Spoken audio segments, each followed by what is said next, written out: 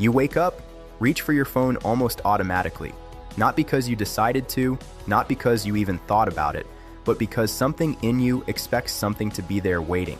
Something new, something interesting, something that didn't exist a few minutes ago.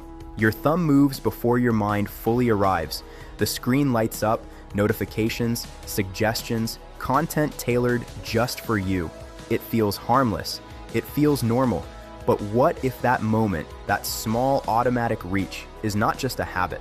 What if it's a signal that something deeper is changing, quietly, gradually, almost invisibly? Because the truth is, your brain is not fixed. It is not stable. It is not something you have and keep unchanged. Your brain is something that adapts, constantly, relentlessly, without asking you for permission. And right now, it is adapting to something entirely new in human history. Not just screens, not just the internet, but systems that learn from you, systems that respond to you, systems that begin to anticipate you. Artificial intelligence is not just a tool you use. It is an environment you are now living inside, and environments shape brains. Always have, always will. Think about how your mind feels today compared to a few years ago. The way you search for information, the way you remember things, the way you decide what to pay attention to. You don't struggle to recall facts the same way anymore. You don't sit with uncertainty as long. You don't explore ideas slowly in the same way. Instead, there is this quiet expectation that answers are always one step away, that clarity is immediate, that confusion is temporary because something out there can resolve it for you. And that expectation is not neutral. Your brain is a prediction machine. It learns patterns, it builds shortcuts. It becomes efficient at whatever environment it lives in. If your environment rewards speed, your brain becomes fast. If your environment rewards novelty, your brain becomes restless. If your environment removes friction, your brain becomes less tolerant of effort. And AI removes friction. Everywhere. You want an answer, it appears. You want an idea, it generates. You want clarity, it organizes your thoughts. At first, it feels like empowerment, like having an extension of your mind, like intelligence itself has become more accessible. And in many ways it has. But there is a second layer to this, a quieter one. Because every time something thinks for you, even just a little, your brain learns something. It learns that it doesn't have to work as hard. It learns that effort is optional. It learns that the gap between question and answer can be closed instantly. And over time, that changes how you think. There's a concept in neuroscience called cognitive offloading. It's the idea that we use external tools to reduce the mental effort required to complete a task. Writing things down instead of memorizing them, using a calculator instead of doing arithmetic, relying on GPS instead of remembering directions. These are not new behaviors. Humans have always offloaded cognition. But what's different now is the scale and the intimacy. AI is not just helping you remember, it is helping you think. It is completing sentences, generating ideas, structuring arguments, solving problems that, not long ago, required sustained mental effort. And when something begins to think with you or for you, your brain adapts accordingly. At first, you might not notice anything. You still feel like yourself. You still believe you are in control of your thoughts. But subtle shifts begin to happen. You start to rely on prompts instead of reflection. You move faster through ideas without sitting with them. You begin to expect clarity before confusion has had time to do its work. And confusion is where thinking begins. When you remove that space, that uncomfortable moment where you don't know yet, you change the process entirely.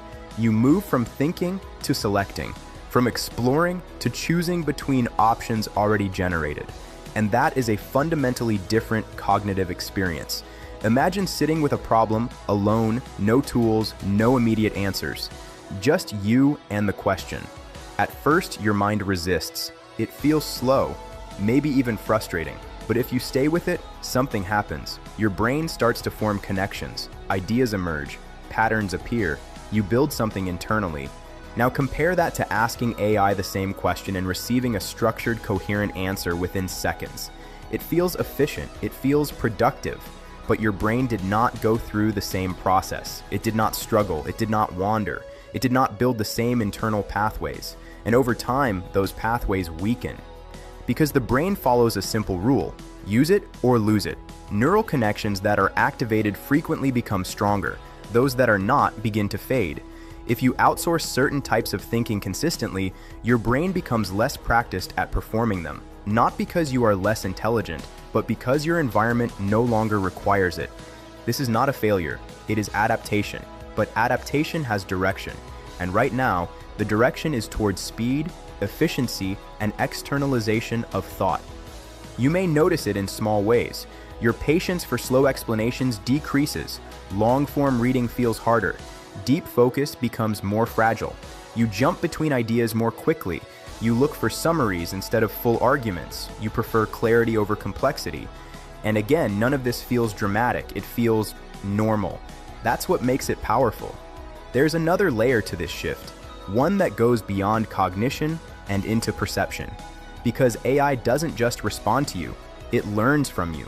It adapts to your preferences, your patterns, your behavior. Over time, it becomes better at giving you what you are most likely to engage with. And when something consistently gives you what you want, your brain begins to expect it everywhere. This creates a subtle feedback loop. You engage with certain types of content, the system shows you more of it, your brain becomes more familiar with it, your preferences narrow, your sense of what is normal shifts. You are not just consuming information anymore. You are co-evolving with a system that is shaping your inputs. And inputs shape thoughts. If your environment becomes more optimized for engagement, your brain becomes more sensitive to stimulation. Slower, quieter forms of thinking begin to feel less rewarding. You might find yourself reaching for something, anything, to fill moments of stillness. Not because you lack discipline, but because your brain has adapted to expect constant input. This is where attention begins to change. Attention is not just about focus. It is about what your brain considers worth focusing on. And that judgment is shaped by experience. If your experience is filled with rapid, engaging, high-density information, your baseline shifts. Simpler, slower tasks begin to feel less compelling, and that changes how you live. You might notice it when you try to read a book. Your mind drifts more easily. You feel the urge to check something. You look for a quicker way to get the same information. You might notice it when you think about something deeply. The process feels heavier than it used to. You are tempted to just look it up instead of working through it. These are not isolated behaviors. They are signs of a changing cognitive environment. And then there is memory. When information is always available, the role of memory shifts. You no longer need to store as much internally. You just need to know how to access it. This is efficient. It frees up cognitive resources, but it also changes how you relate to knowledge. Knowledge becomes something you access rather than something you carry. And when you carry less internally, your thinking becomes more dependent on external systems. You might know less off the top of your head, but more importantly, you might rely more on prompts to guide your thinking. This is subtle, but it matters. Because thinking is not just about having information, it is about how information is connected inside your mind. When you build those connections yourself, they become part of your cognitive structure. When they are presented to you fully formed, they remain more external, easier to use, but less deeply integrated. Over time, this can create a shift from internal coherence to external reliance. And again, it feels normal.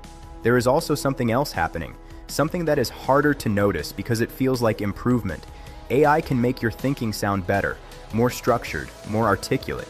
You can express ideas more clearly, you can generate content more quickly, you can refine thoughts with assistance.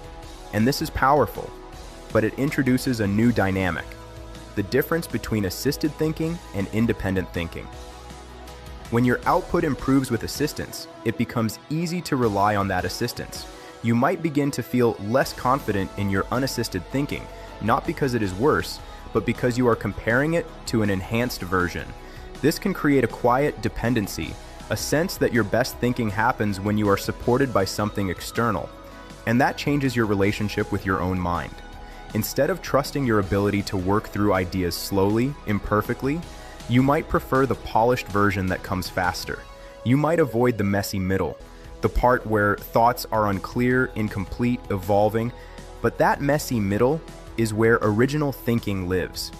When you bypass it consistently, You risk becoming more of a curator than a creator, selecting, refining, combining, rather than building from scratch. And this is not inherently bad, but it is different. The question is not whether AI is good or bad. The question is, what kind of thinking does it encourage? Because every tool shapes the behavior of the person using it. A hammer encourages force, a calculator encourages precision, a map encourages navigation, AI encourages speed, assistance, and externalization, and your brain adapts to those incentives. This is not happening all at once. It is happening slowly, through small, repeated interactions, through habits that feel insignificant on their own. But together, they create a pattern of less friction, less waiting, less effort. And while that sounds like progress, friction has a role. Friction is what forces you to engage deeply, to struggle, to build mental endurance. When friction disappears, engagement can become more superficial. You move faster, but you may go less deep. This is the trade-off: speed for depth, efficiency for effort, access for internalization. And the balance between these things determines how your brain develops. You are not powerless in this process. You are not being passively reshaped without any control. But awareness matters, because once you see the pattern, you can begin to choose how you interact with it. You can decide when to rely on AI and when to think without it. You can create moments of intentional friction, spaces where you sit with ideas before reaching for answers. You can protect your attention, give it room to stabilize. Allow your mind to wander without constant input. These are small choices, but they compound. Your brain is always changing. That will never stop. The question is whether those changes are directed or accidental. Right now, we are in the early stages of something new, a shift in how humans interact with knowledge, with tools, with intelligence itself. It is exciting, it is powerful, it is full of possibility, but it is also shaping us, quietly, continuously.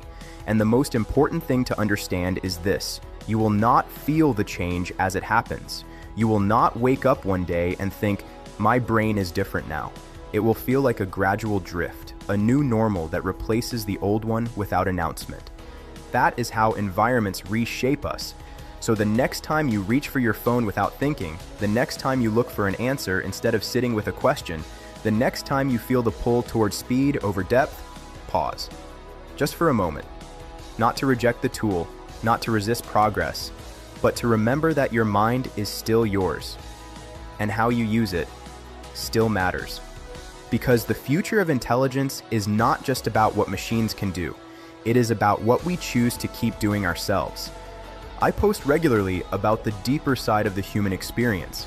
If you found this video interesting, like and subscribe for more.